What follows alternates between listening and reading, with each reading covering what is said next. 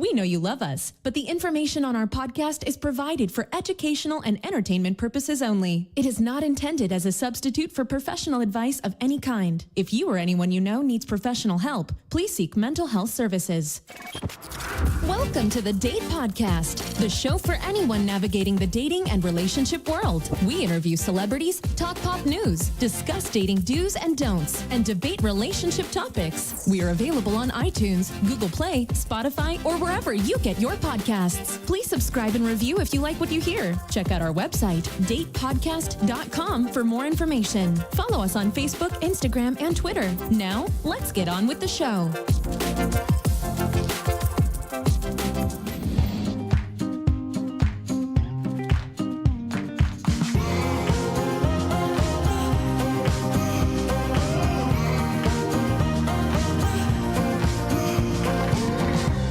It's Emma. This is Zorric, Host of the Date Podcast. And we have a very exciting show because we have one of our favorites back. Who is it? Who is it? I don't know. Who is it? I think it's a cool guy for sure. It's a cool guy for sure. Yeah. We have Spencer Burnett with us. Yeah. So he's here to hang and to talk about something really new and cool that just came out. And dear to his heart, I'm sure. Oh yeah, for sure. What is it called, Emma? It's called, I'm hoping that I can say it right because I've been practicing. The Cool Guy's Guide, The Game of Romance. Is that correct? That's it. Yay. That is perfect.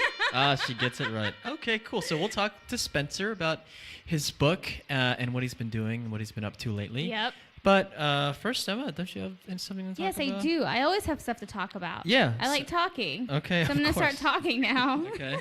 There it goes. Okay, can we talk about the Met Gala that happened this past week?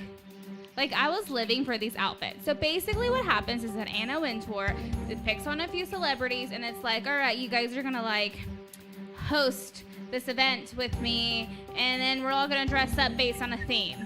And you always, like, have to find outfits, like, inspired by the theme. So they're always, like, extravagant and out there, and they're so cool. What was the theme this year? Did you figure it out? Campy. It was like camp. Hold on. I'm saying it wrong. It's like a campy look. So basically what it means like a is homeless that, like, look. No, like it's excess. So like you just have to have excess about stuff. What? Like go over the top. It's not the camp that you're I thinking get it. of. It's like Okay. a different camp. Spencer, can a man go over the top with his outfit Yes. on a date? Oh my on a gosh, date. yes. That's the most of them go over the top. You know, that's one of the major problems. You know what I mean? So, what were some over the top outfits, or who was wearing these outfits? So my girl Casey Musgraves, y'all, she Super hot. I know, I love her. She ended up dressing like Barbie. Barbie. It was so good. You're gonna like fall in love with her even more. Zorric. Like Barbie. Like Barbie, like the doll, like pink Barbie, like fun. She Like even had original Barbie. Yeah, like she even had the blow dryer like purse. Oh my gosh, she looks so hot. What about I loved it. swimsuit Barbie? She didn't go as swimsuit Barbie. Okay. But I mean, Barbie, it's just big hair and like blonde big hair. That's all I can remember. So as you guys were talking about men earlier, like being like extravagant, like Billy Porter came in decked out in like this just like gold like outfit and crown and like gold like wig, and then he had like 6 men carrying him in. He reminded me of like one of the gods, like an Egyptian god. Like that's what he reminded me of. That's super over the top. It was amazing though. Yeah. Like Billy Porter, and then the last, like, you know, he's also the one that wore like the tuxedo jacket with like the long like skirt. Mm-hmm. It was just beautiful and amazing. I love him. Okay. I love him too. Never mind. And then our other favorite couple, Priyanka Chopra and Nick Jonas. She looked beautiful, like always. She looks always beautiful. Yeah, I mean, and then this outfit is so pretty. Like, oh man, she looks so gorgeous. And then they were joking about Nick Jonas looking like Littlefinger, which Spencer, you don't know this, but this is a character from Game of Thrones. That's right. You guys remembered.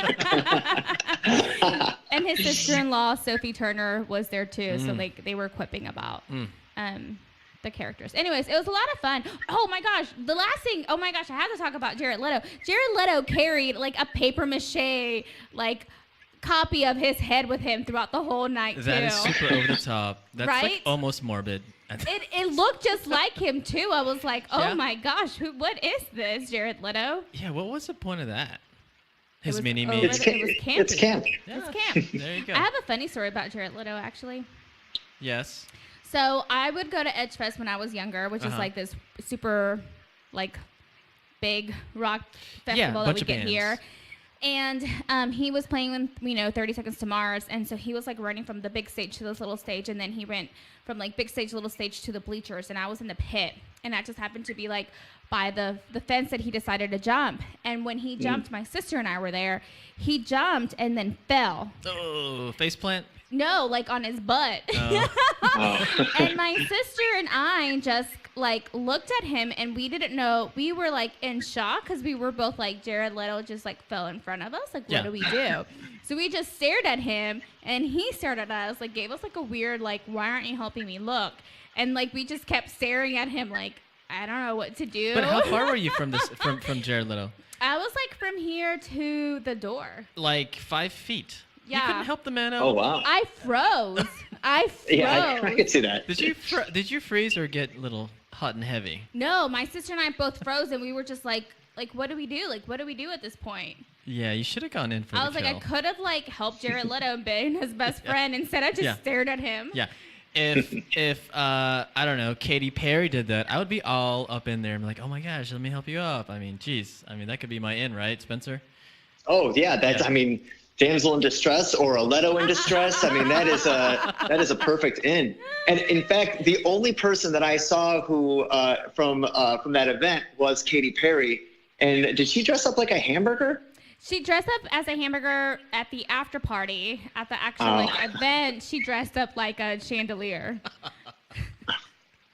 I That's bet she still looked hot though. I mean, it doesn't matter what she wears, honestly. I'm sure it doesn't matter to you. No, to me, no. No. Okay, all right, Emma, is that it? That's all I have. Okay, so Spencer, so we spoke with you. I don't know, what was this? 2 months ago, maybe? Yep. Yeah. 2 months no, ago. And first of all, we're just intrigued by all the information that you can give men, because I learned so much. Like, I keep telling Emma that Spencer is my favorite guest because I just learned so much from him. No, it's true. And then he tried some of the stuff from your book already on me, like just, but we'll get into that in a minute. And Yeah. I was like, Okay. because I like questioned him and he's like, Spencer told me to do it in the book. And I was like, oh my gosh. Yeah. but I didn't. Well, remember, there are 2 authors to this book. So some of them are from my right. co-author, Matthew McHale. Right, some of them right. are from me. Yeah. And I was definitely brought in to tone it down a little bit, if you can believe that. Really? My co-author, I had to tone it down so much from what he did, because he's a player on a different level than I'm at, or he was a player. Wow. Nice. But for the record, I did not provide service after the sale. Now that one was my tip. Oh, that Service was- after the sale. Well, Yeah. to Emma. Yeah, no. She would have called the cops on me or something. I would have. I would have been like, I'm sorry, I have a creepy man in front of me. I need y'all to come, take him away. But I mean, you have to work up to that. Okay, so let's get into the book. Let's get into it. So Spencer, let's start by saying just a quick rundown on what is the book about, real quick. So there are so many books on dating that cover 2 sides of the spectrum. One, shy guys that want to bust out of their shell and meet new women. And then there are relationship books on how to develop a good long-term relationship and marriage. And there really is no book for guys who are naturally good at meeting women and dating women that want to get into relationships. People figure that those guys don't struggle because women already pay attention to them, when in fact, a lot of those players are in a cycle that they want to get out of, but they don't know how to. And so that's why I wrote this book, because especially in the past 5 years, I have noticed that more men are looking for deeper connections in the relationship and not just be dating 2, 3, 4 girls at a time. You know, I agree to that with that because when I'm dating 2, 3, 4, 5 girls at a time, it's hard to focus attention on those like 5 people, right? Right. And usually the last person I like go on a date with, I like. Then I go with somebody else. Oh, I like you. Then I like you. So yeah, that's great. That's great. So you said you had a co-author. How did you guys get together to write this? Matt. Yeah. So Matthew is a restaurant entrepreneur in Chicago, and he helped produce a lot of my events, 6 or 7 years ago when I did the Seduction and Foreplay event for women, essentially teaching women how to be sexual with a man in a way that makes him loyal to you. And so he helped me produce those events. And he has been married for 8 years, but before that, he was, a player extraordinaire. He lived in Hawaii and Vegas and Chicago. And he, once he got married, he started writing this tip book, essentially like a tip of the day type of book on how to be romantic to your wife in ways that are a little bit edgier. Mm-hmm. And so he showed me this book, and we kind of went back and forth about, I started bringing up some tips that I had. And then we started turning it into a narrative of like, hey, this could really help men get into relationships in a way that is like stable, but still exciting and continues to stoke the fire. Yeah. Mm-hmm. Yeah. But so you guys created events together. Is that how you guys got together? Yeah. Yeah. But how did that happen? Like you just went up to him and said, "Hey, man, I want to, throw an event," and he was okay with it, or how did that happen? So I got hired by like an upscale lounge in Chicago to be their social coach, to teach all of the employees how to turn a room full of strangers into a cohesive party. Oh. And through that, I met Matthew through some venues that we worked with, and we built a relationship that way. So then when I wanted to put on these events, I naturally went to him because he throws great events. I really enjoyed the fact that you guys would give anecdotes to each of like almost to every tip. And so like that little story was really helpful in kind of pinpointing like, okay, so like this is where it's been helpful to them. It's not just something that they wrote down. They've actually tried it. It comes from their own experience. Absolutely. Yeah. All of those tips are things that either me, him, or both of us have used in our real lives that we wanted to put in the book. And then in addition, there's like stories of us using those and how they worked and sometimes how they didn't work. Yes. So I'm interested now in figuring out so maybe so when I was reading the book, I rolled my eyes twice. Okay. And laughed. I laughed a lot because I thought, your stories were great, but I rolled my eyes twice, and I rolled my eyes in 2 moments. So I'm curious to know now, was this Matthew or was this you, Spencer, that wrote this? Okay, let's hear it. The first one was having sex to the drummer boy. That was Matthew. So I have a slightly different philosophy on sex to music. Sex to music is just like dancing to music. If it's too on the beat, it's mechanical. Right. You know what I mean? If you can program like a computer to do that, then it lacks personality. Right. But everyone's got their own style. Right. So that one was Matthew's pa-rum-pa-pum-pum. Well, what was his recommendation on that? I just remember, because it was so much information that I'm trying to process right now, and I'm trying to pinpoint it. It was something to the likes of, sort of like the Bee Gees Staying Alive whenever we learned how to do CPR. Mm-hmm. That, we kind of follow the beat, do the same thing. Yeah. With the penetration, and so the drummer boy apparently has the best beat for sex. Really? Which I was like, oh my gosh, this song is about Jesus. This is the last thing that I want to hear, or the last thing that I want to feel when I'm having sex. I don't want to think about little baby Jesus being given this song by little drummer boy. So what song would you prefer? Anything that's not Jesus related. Right, especially baby Jesus. Yeah. You know what I mean? Out of all the versions of Jesus, we chose the baby Jesus one, and so I could definitely see your eye roll to that one. This book was intended not to give guys an instructional manual, right, but more so to inspire them to provoke their own creativity when it comes to being in a romantic relationship. For sure. And so I think that, if he is like talking about, like getting I don't even know how to explain it, like getting not the beat, the rhythm of like when you're having sex, right? Because you're right, like sometimes it feels too forced, sometimes it's awkward, and if you have a default to go to that works, then that can be a great baseline to start off with. Do you think I see where he's coming from. Do you think it has to do with lasting longer? Right? Because maybe if you're like too into it and you go so fast and all of a sudden, oh, it's over. But maybe he's talking about pacing himself. Yeah. Right? So, well, it wasn't necessarily intended for like lasting longer. Keep in mind that this is a book for players, so they're usually pretty experienced. Not to say that even players don't last long in bed. But now that I'm thinking about it, I don't think that he was saying that you should play the song while you're doing that beat. I think that what he was saying is like doing that beat. I mean, there could be music, no music, but doing that beat just to change up the pacing of the sex, just so it's not just like constant just slapping. Yeah. Did you guys ever watch Forgetting Sarah Marshall? I did. Yeah. Okay. Do you know when Aldous Snow is teaching the other guy, and he's teaching him how to have sex, and he's like, "Feel Christ between your thighs." So that's also what popped in my head. Oh, that's great. Oh my gosh.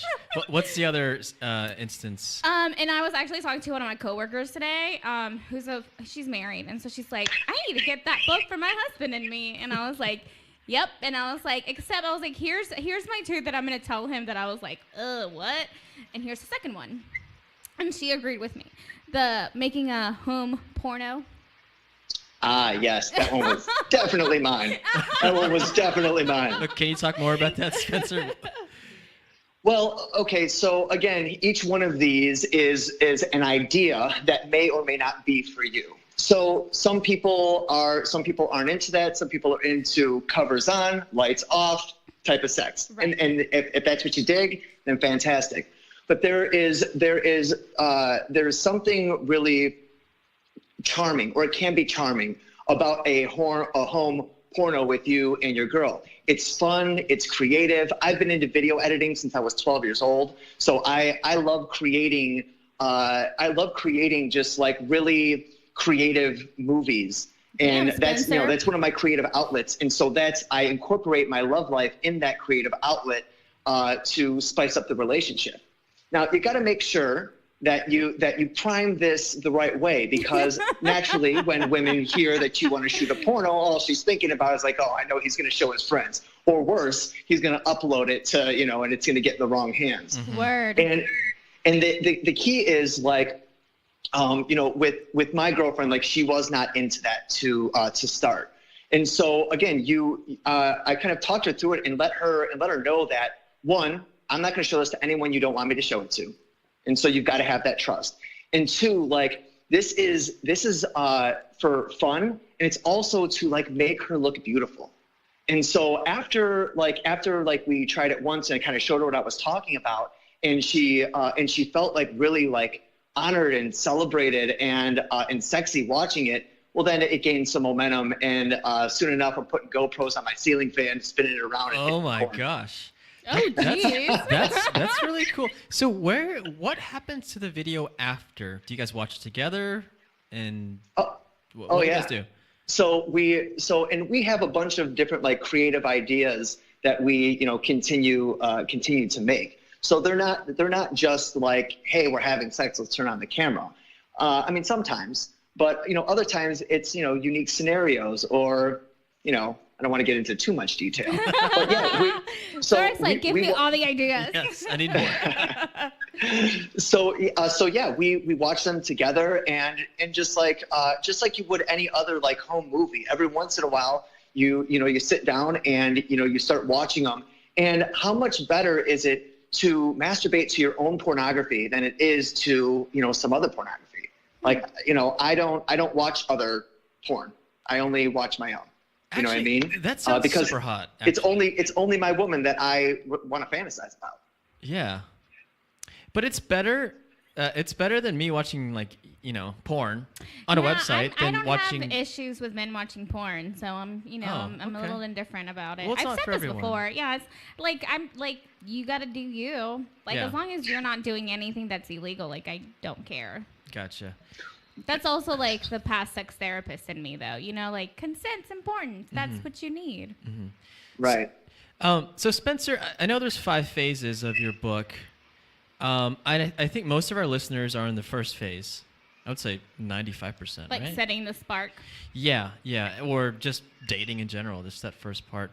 What are the 5 phases? First of all, Spencer. So the 5 phases of relationships are all based on getting your relationship up to a start, but not burning it too fast. So it's considered like burning a fire, okay, or building a fire. You first have to set the spark, right? And then you've got to throw a little kindling on it, and then throw the sticks on, then throw the logs on. So the 5 phases are setting the spark, which is getting her attention and provoking a little bit of intrigue.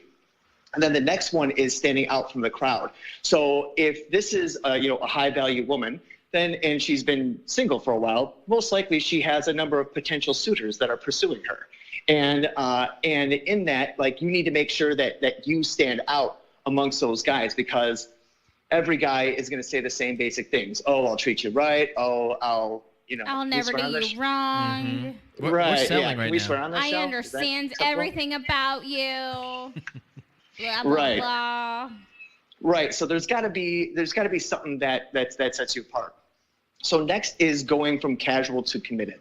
So this is the part where you guys have that checkpoint conversation of, okay, what is this? We've been dating for a while now. Let's start setting some let's figure out what this is. Are we casually dating? Is this are we exclusive? And you've got to have that conversation. Wait, Spencer, real quick. So we have a lot of listeners and just people that talk to us about women that want to go to this stage, this commitment stage, and they ask us if they should bring the topic up to their guy. Is that what they should do, or how should they approach that? So I think that the topic of this conversation of what you're looking for in a relationship should happen before you need to have that conversation. I call these preemptive conversations. And it's best to have that conversation before it's necessary, because it has less of an emotional charge to it. Right. Whereas most men just wait until she brings it up, and by that time she's fed up, that you've been avoiding this thing, that it becomes high pressure. Like, hey, shit or get off the pot, Yeah. And so it should be brought up, fairly early, in the stand out from the crowd part, the first, somewhere in the first, I would say in the first 5 or 6 dates, what are you looking for in a relationship? Because if you guys are looking for the same thing, then you've got to find someone that is, wants to grow with you. Mm-hmm. Right. For so sure. what's after the commitment month? So next is deepening the connection. This is where you start integrating your life together. Instead of, hey, what would you like to do this weekend? It's, what are we doing this weekend? You're starting to go to each other's family parties and friends' weddings, and really starting to share a world together, as opposed to just kind of entering each other's world periodically. Mm-hmm. Okay. And is there one more stage, or is that? Then the next one is fuel the fire. Gotcha. So once you've got the fire of the relationship, burning hot, you need to make sure that you keep throwing logs on, because one of the biggest problems in relationships is we get comfortable. We get comfortable because there's certainty in the relationship. Yes. And in order to have a successful, long-term, fulfilling relationship, you have to continue to date your partner as if you've never had them before, even though you have full consent to, get naked with them at any time. Right. That's not the attitude you should have. So for me, do you feel like these stages are linear, or do you feel like they can cycle within the relationship? Oh, they cycle within the relationship for sure. Within the first year, it's linear. Like, don't skip steps, you know? So start off by, setting the spark and, then standing out. But once you're in that relationship, so this book covers from, the first date to the end of the first year.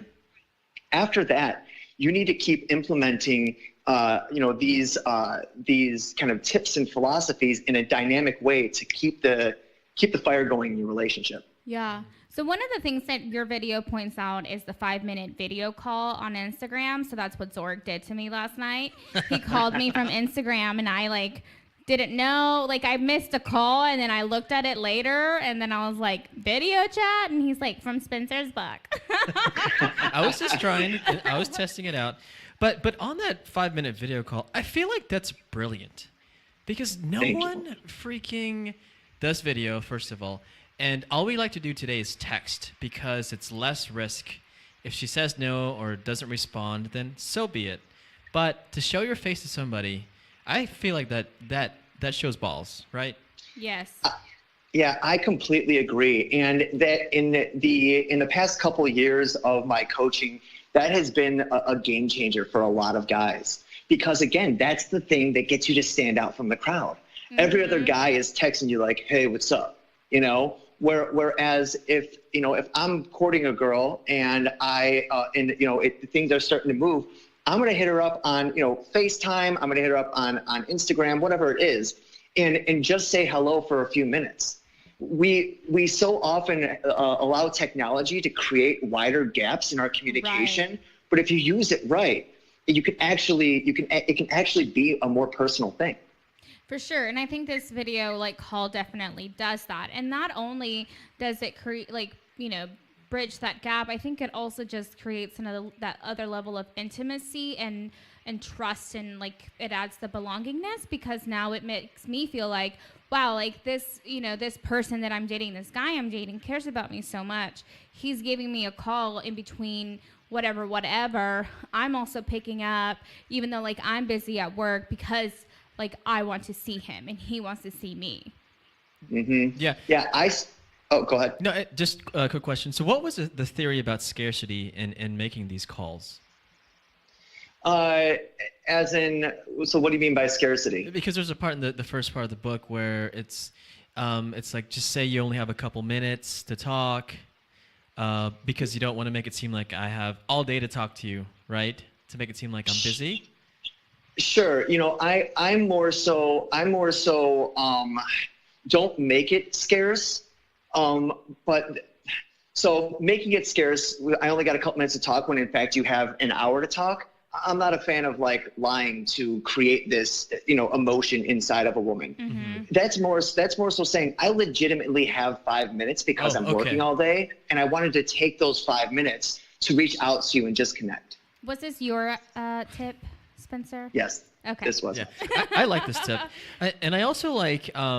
I think all women like leaders, right, Emma?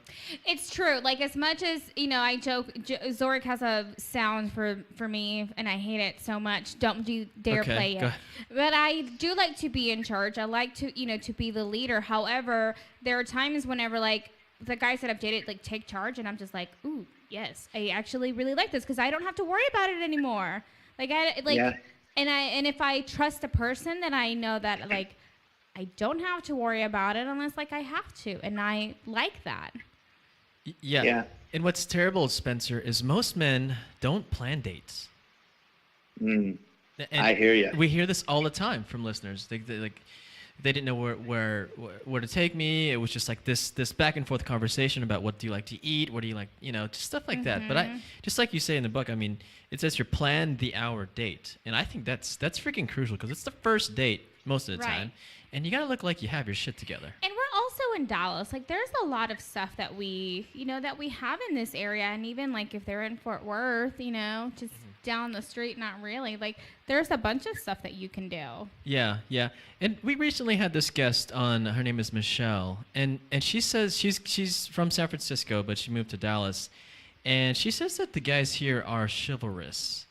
And that conversation reminded me of one of your tips here, Spencer. It says, order her dinner and drinks, right? I love that. Yeah. Where did that come from?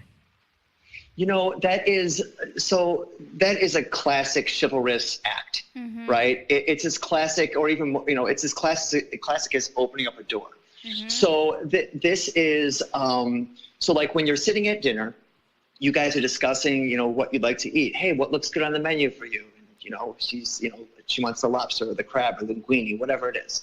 And then once you discuss it, the waiter comes to the table. You say, hey, I'll have the filet, and she is going to have the lobster. And so you're not making the decision for her. You're just taking the lead in communicating with the waiter. And the same thing goes for the date as well. Women want men to take a leadership position, but they still want to be considered. So instead of saying like, hey, where would you like to go out to dinner tonight? Well, what do you like to eat? Instead, say, hey, my favorite steakhouse is Morton's. Does that sound good for you tonight? You see, so you're still considering her, but you're still taking the lead. Yeah. So in high school and undergrad, I hung out with like mostly guys. And so I think I got spoiled by them too, which is probably why I'm still single, because they would always order my meals for me. They would always be like, okay, what do you want? And they'd order. And so I just kind of got used to the idea of ordering. And so I'm going to start making Zorric take me to dinner so he can just order my food from me. Yeah. So Spencer, are most of your early dates dinner, or is it a mix? It really is a mix, because when I was dating, like, I would invite women to come with me to things that I already enjoyed. Or if they had mentioned something that they enjoyed, I'd figure out a way to work that in. Dinner is a great date. It's classic, right? But there is a part of it where it's like, hey, I'm going to pay $100 or so for you to sit in front of me to see if I'm going to sleep with you tonight. It feels very transactional. And so you've got to mix it up. Yeah. And I think this whole first chapter, Spencer, I think it, to me, boiled down to one thing: paying attention to detail. Yeah. Right. Like you just said now, you know, what they like to eat, or even fixing her hair. And I think in the book it said, sexiest moves are so slight. Yes. Yeah. Yes. And can you elaborate on that? Yeah. So again, I mean, I think I told you guys the nacho story, right? Yes. We're asking women for nachos. Do you know how many people like texted me and were like, "This is the best thing ever," and I was like, "You guys are welcome." I said, "Cause I was like, I felt like I basically forced him to talk about it." It's you know, I said it one time on stage doing the Great Love Debate, and it became a hit. So, but what that demonstrates is just attention to detail. If you want to connect with a woman, or any human being for that matter, you have to connect on the level of which they operate. And women operate on a level of detail more so than men. Men are, you know, very like pragmatic and you know, and conceptual, get it done type, you know, guys.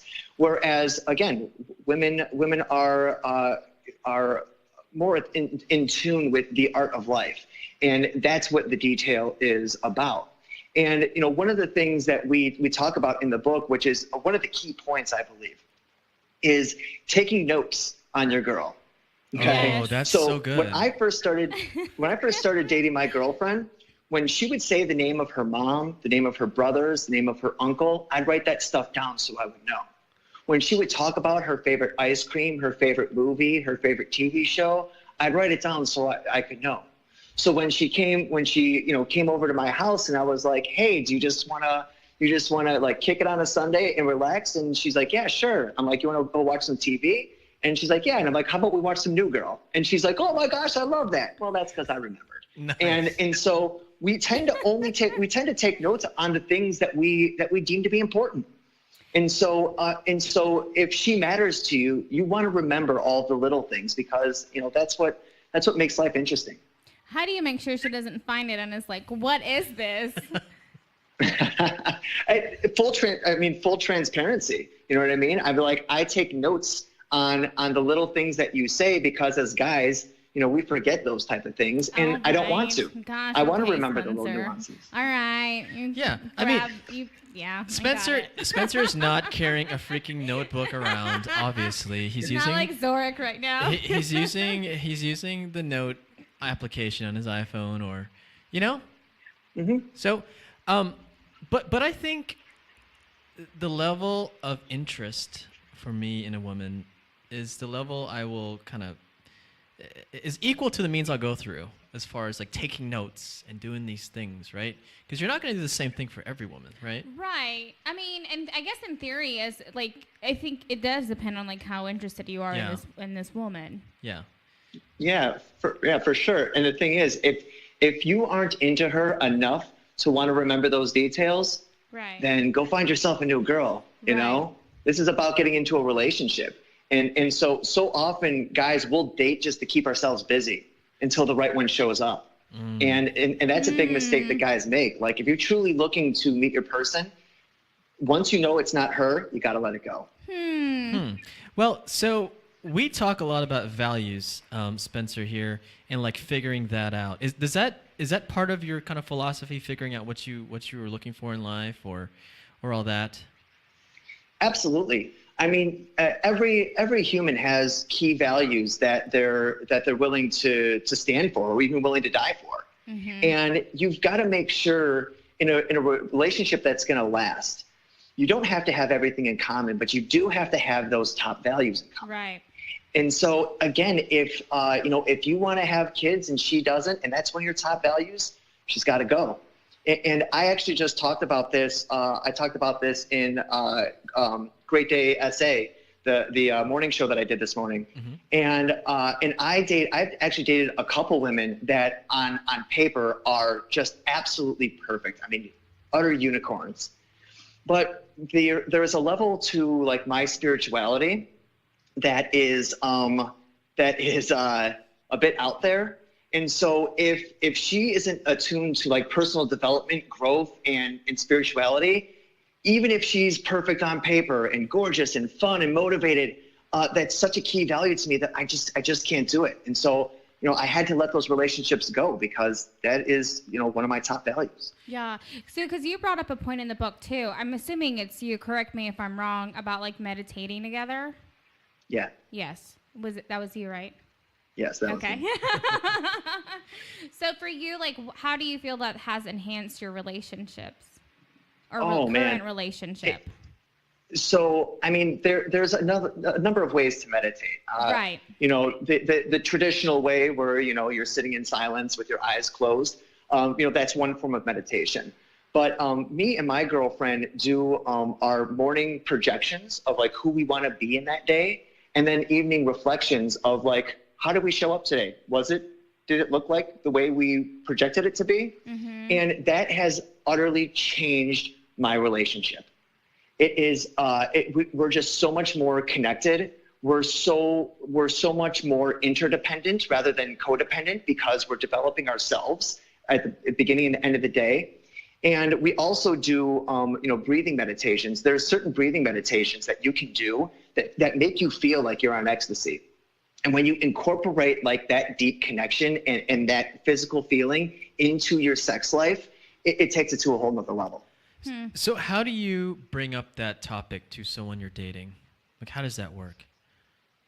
Well, I mean, that it usually comes up before like the act. You know what I mean? Yeah. So it's not like you're just sitting there one day and it's like, hey, would you like to meditate?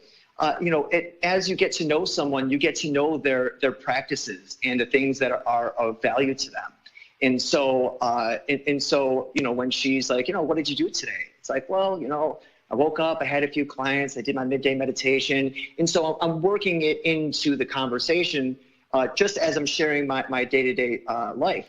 And as we talk about that, just like you would talk about anything, if I'm talking about going to a theme park, there's gonna be follow-up questions. Oh, what was it like? What did you do there? What did you enjoy so much about it? And as you start discussing your habits and practices, then there comes a point where you want to, naturally, involve that person. Yeah. And just correct me if I'm wrong, because Spencer, Emma, I think religion is very, very important to people. It's like religion, right? I feel like meditation is like asking someone to meditate is asking somebody to go to church with them.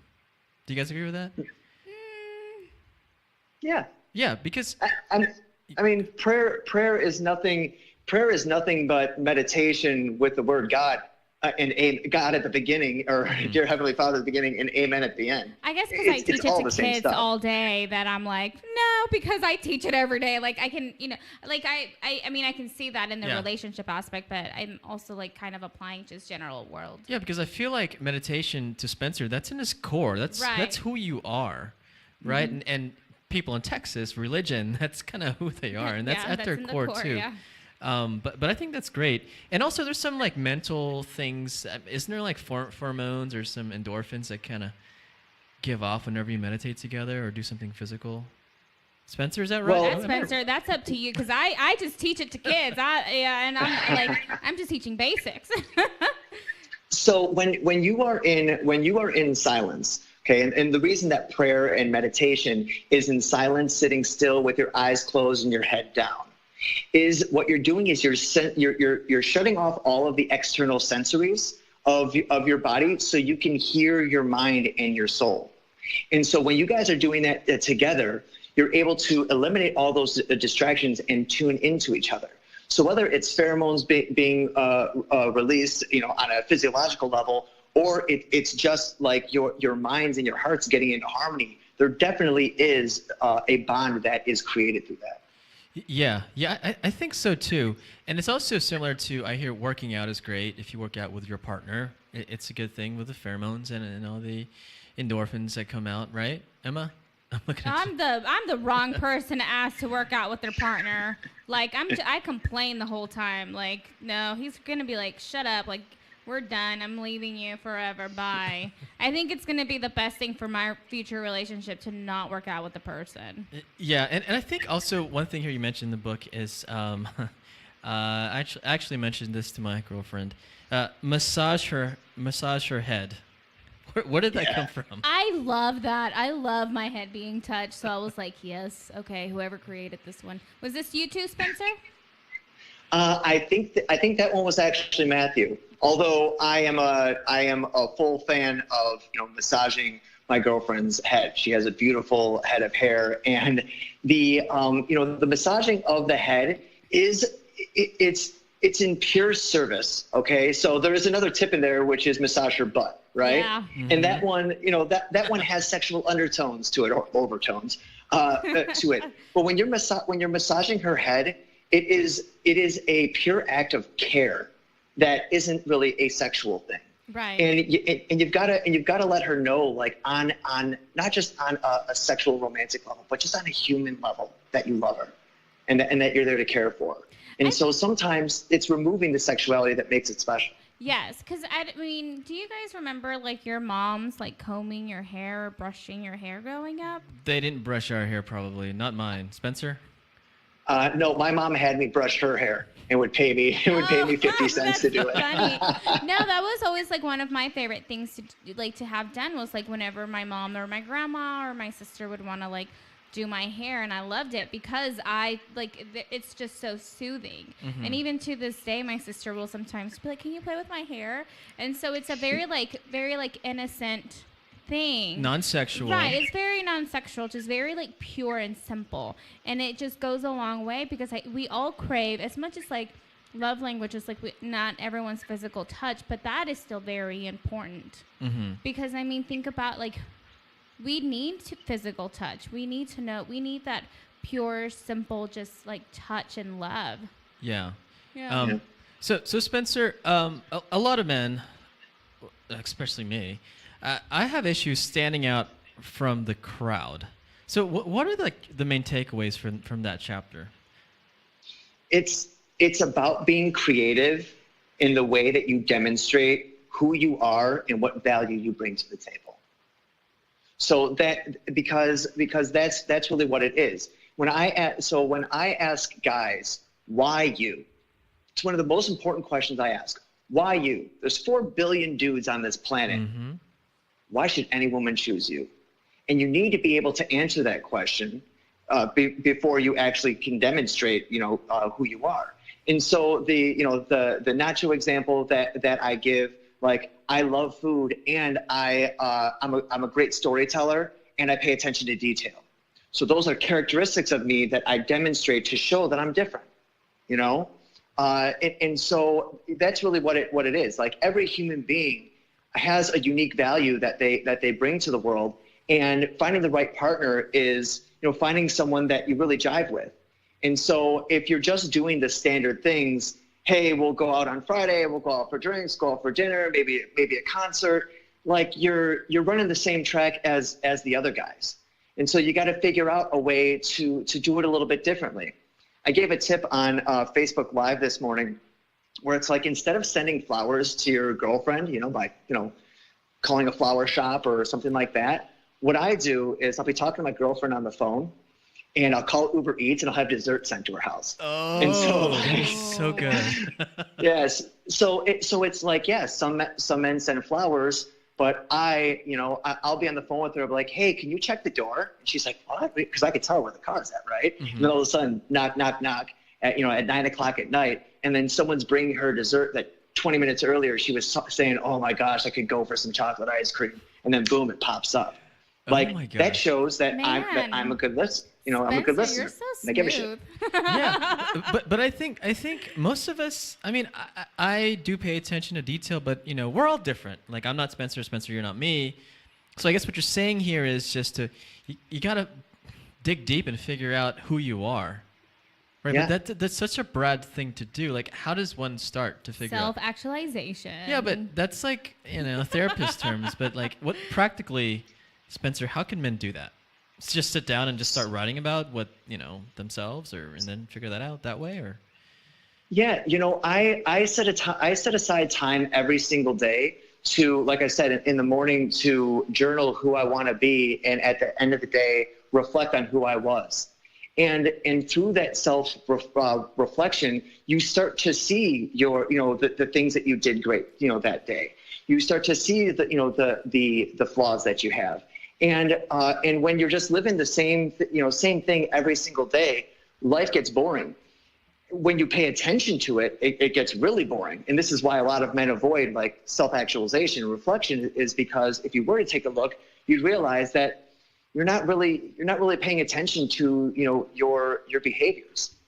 And second of all is, like, take interest in something. Like, people so often bash the term narcissism. And narcissism as a diagnosis, yes, terrible. But narcissism at its essence is fascination with oneself. And there's a healthy way to do that. It's self-love.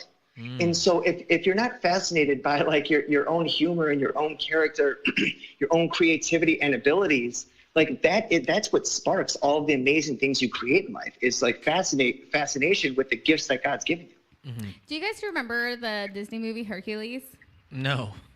Okay. Well, there's a scene at the beginning when it's a Narcissus, like, staring at himself in the mirror, and they're like, "Oh, Narcissus, he's just so into himself." And then it's him looking in the mirror. Okay, never mind. Yeah, but but I think it's also, what Spencer, what I'm getting out of this too from you is find out your strengths and maybe accentuate them somehow, and maybe show the woman your strengths, your talents.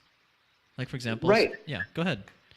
Yeah, and another part of that too is in the way that you pay attention. If you don't understand your strengths, and then I suggest you go on a self-discovery journey to do that. But in the meantime, you can listen to a woman in a way that provokes your creativity, and you can use those things in your notes to stand out from the crowd. It's even more so about listening to who she is and what she wants and what she likes than it is about just, like, showing off who you are. Yeah. And there's so much information in your book, Spencer. What kind of feedback have you been receiving lately from the book? The number one thing that we've been hearing from people who are reading the book is more so from women. And Emma, I think you said, like, your next boyfriend or your ex-boyfriend should be reading this book. And we really did. We wrote this book for men with women in mind. because it really is a good model of how a man should be considering his woman and building that relationship. And then the second thing is people have been thanking us for writing this book. Yeah. Because so much of the dating coaching industry is about get the girl, get laid, and it's like, once you've been laid, it can just become mechanical, and that's ultimately not what men are chasing. Men are chasing being supported and encouraged, and even more so than that, being celebrated in their relationship. And so when in the game of love, you have to go first.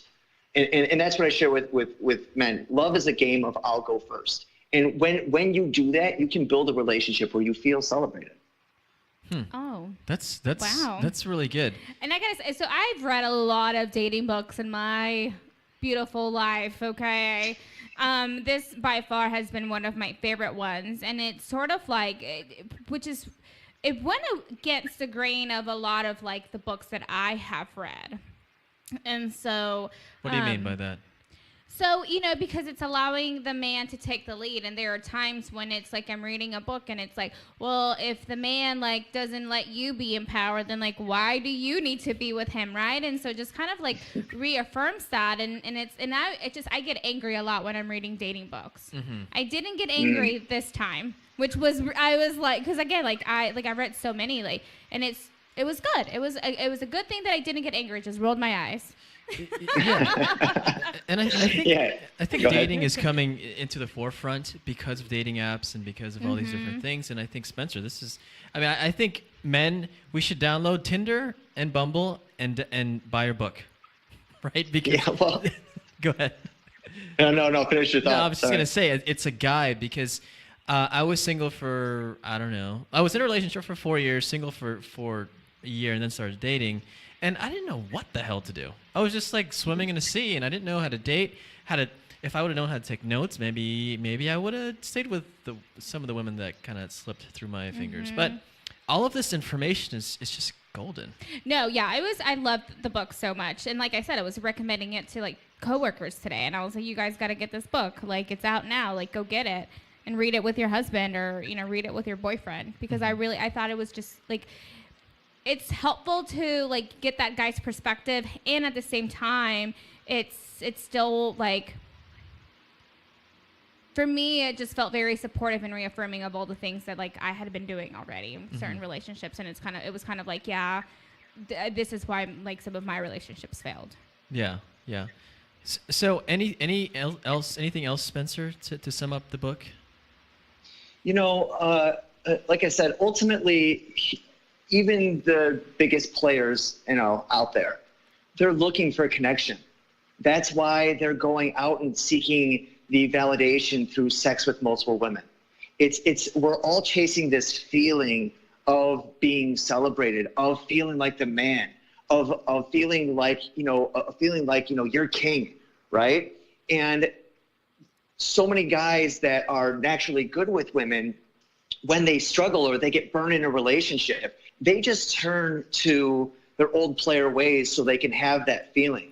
But most men that I talk to, if given the option of a relationship with a woman that they're absolutely crazy about, like if they could create this woman in a computer simulation, like this is it, they would rather have one good one than many mediocre ones. And so I'm really hoping that this book inspires those guys to believe in love again. Give love a try, even after you've been burned, and learn how to build a relationship where you know when to take the lead, but you also know how to share the lead. Because a relationship that is like sustainable is one that shares the lead. And it's, in my organization, we call it situational leadership. Like under one circumstance, this person's a leader. In another circumstance, that person's a leader. Now, even though I'm the boss of my organization, I still allow other members of my team to take the lead when it's called for. And so I've been in a lot of different relationships in my life, and not all relationships that ended were bad relationships. It was just time for them to end. And I've watched, I've watched my parents in a relationship for 40 years and just see how fulfilling that is. And I've definitely gone through my journey to find my person. I know that Matthew has too. And it's just, it's just a feeling that I just wish that every man could experience. And so that's why I wrote the book. Mm-hmm. Love it. Yeah, it's a super positive book too, and from what I've seen, it very easy to read. I like the tips. I like the stories. They're short and sweet. So, like if I'm in a new relationship or in a current relationship, and I've fallen to fuel the fire, I can just pull up that chapter and start reading that again, because you might want to read it a few times during a relationship, right, Spencer? Not just one time. It's like a manual, basically. Yeah, absolutely. And again, it should inspire you to come up with your own ideas. Right. And this is something that we do in, I've got a private Facebook group called Date High Value Women. And it's completely free. And this is where I continue this conversation with guys and help them navigate through their specific scenarios and give like higher level trainings on building a relationship with a woman that you love. So it's really important not just to visit it once, but also like you got to keep your mind spinning constantly, because a relationship is just like any other living creature. It needs to be nurtured and nourished, and needs attention. Yeah. So what's next for Spencer Burnett? Is there another book coming out, or are you going on more press? What's coming up? Are you coming to Dallas soon? So hopefully we're coming to Dallas, if that show will have me back there. But what's coming up next is in July. I'm going to be starting another training of my Omega Man training, and so that's going to be starting July 1st. And so I'll start enrolling people in that in the next 6 weeks. Cool. And until then, I'm just going on this press tour for about 3 to 6 months to promote the book and to promote the private Facebook group, where we can actually like have a conversation about this and develop good men. Because so many women ask me, like, where are all the guys like this? They are out there. They're just a little confused or a little timid.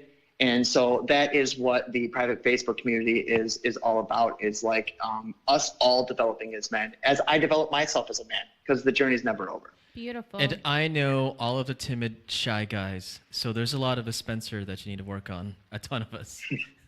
So, well, tell them to go to coolguysguide.com and pick up the book, or download the first chapter for free, or to join the Date High Value Women Facebook group, and we'll help those guys get out of a rut. Okay, and that's coolguysguide.com for the book? Yep. And then the Facebook page, how do you get on that group? So you simply just type in Date High Value Women and request to be a part of it, or you can go to coolguysguide.com and there is a section where you can join the community there. Okay, and if you don't mind, Spencer, we're going to join that too, because I think. Well, I can't, because I don't have a penis. Oh. Well, we do not discriminate.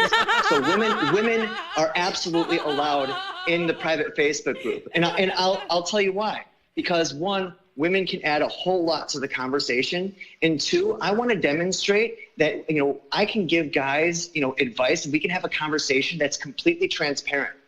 Because this isn't about tricking women into sleeping with you. Right. It's about actually giving a shit about someone you really care about and that you're excited about, so you can build something of substance and of meaning and excitement and good sex. Oh, yeah. All right. So hopefully lots of not needed. sex. Got it. Yeah.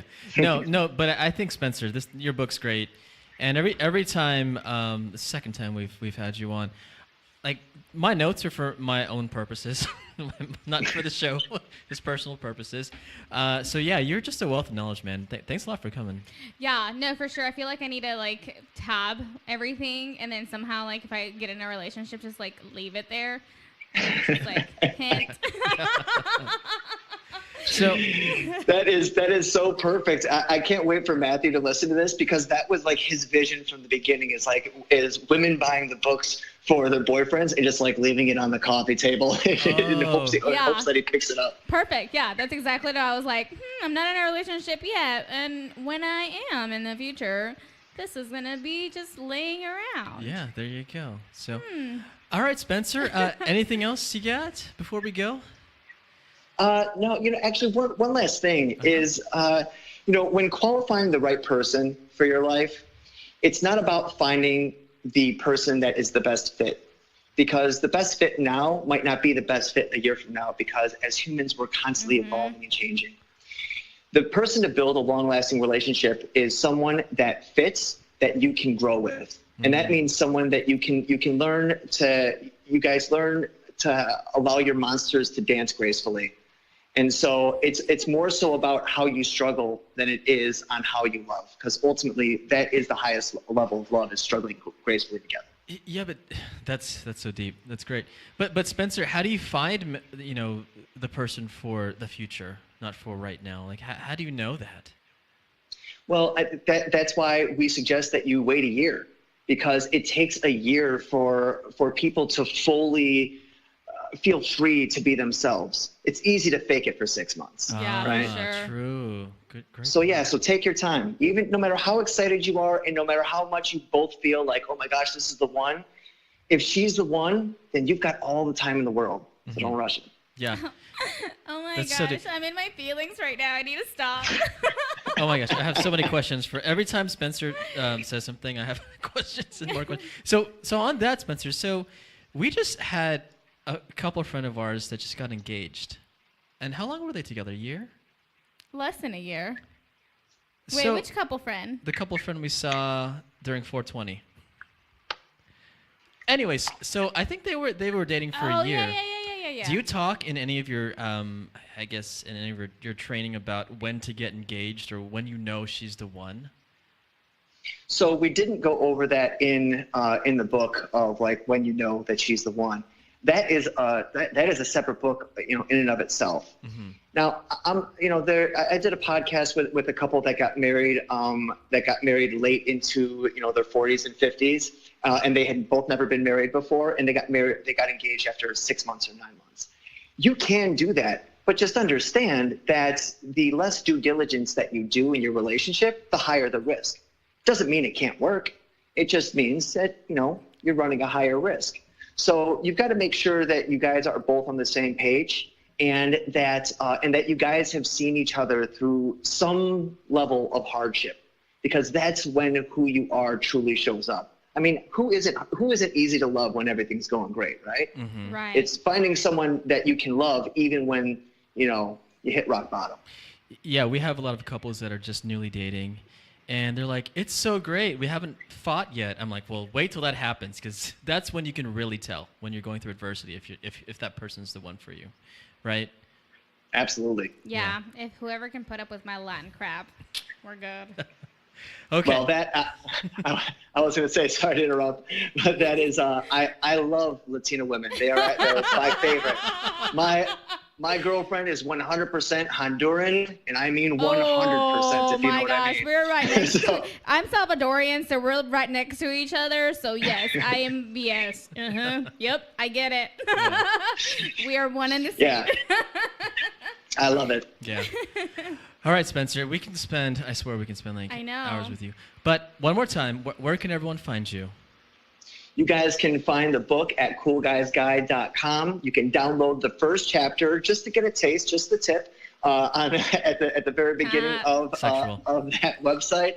And then also find me on Facebook in the Date High Value Women Facebook group, and join the conversation, and quit having all the one-night stands, become a one-woman man, and build a relationship that you are excited about. That's right. That's right. And with that, we'll end. All right, Spencer. Well, thanks again. Thank we you, hope to have you Spencer. every time you have something new. Just let us know, and we'll talk about it. So thanks again. Will do. Thanks, guys. I had fun. All right. Bye. Bye.